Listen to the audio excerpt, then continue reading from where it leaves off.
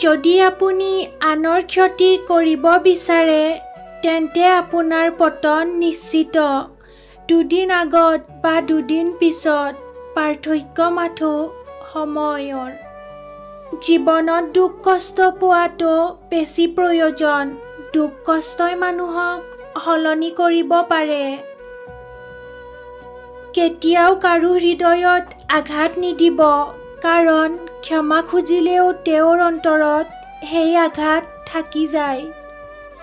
প্ৰতিদিনে নিজকে কমেও 1% উন্নত কৰক। বছৰৰ শেষত চাব, আপুনি মুঠ 365% হৈছে। জীৱনত কোনো সমস্যা আহিলে দুখ নকৰিব, কিয়নো সুখ-দুখৰ সৈতেই আমাৰ জীৱন। দুখ আছে বাবেই সুখৰ ইমান দাম। সপোন সেইটো নহয় যিটো মানুহে শুই থকা অৱস্থাত দেখে। সপোন হ'ল সেইটো যিটো পূৰ্ণ কৰাৰ ইচ্ছাই মানুহক শুবলৈ নিদিয়ে। জীৱনটো সহজ নহয়। বেছিকৈ কথা পাতিলে সকলোৱে পাগল বুলি কয়। কম কথা ক'লে সকলোৱে এটিটিউড বুলি কয়। আৰু কাৰোবাৰ লগত কিবা কামৰ বাবে কথা পাতিলে স্বাৰ্থপৰ বুলি ক'ব। যদি আপুনি নিজকে অসুখী বুলি ভাবে তেন্তে পৃথিৱীৰ কোনেও আপোনাক সুখী কৰিব নোৱাৰে।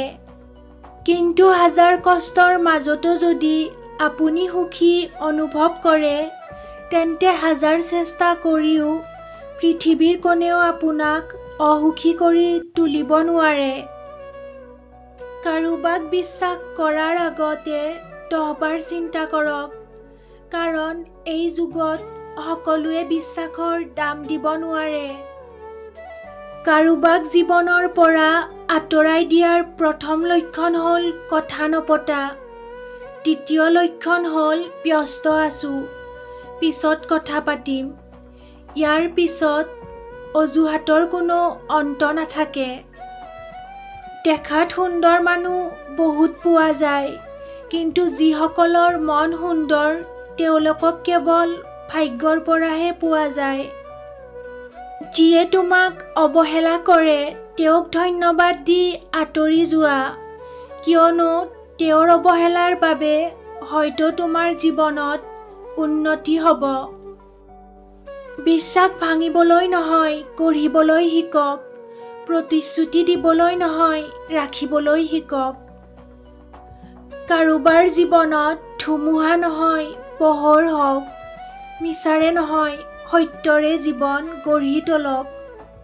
হেৰাই যোৱা সূৰ্যটোক ঘূৰাই পাবলৈ 12 ঘণ্টা সময় লাগে, কিন্তু হেৰুৱা বিশ্বাস আজীৱন অপেক্ষা কৰিও ঘূৰাই পাব নোৱাৰে।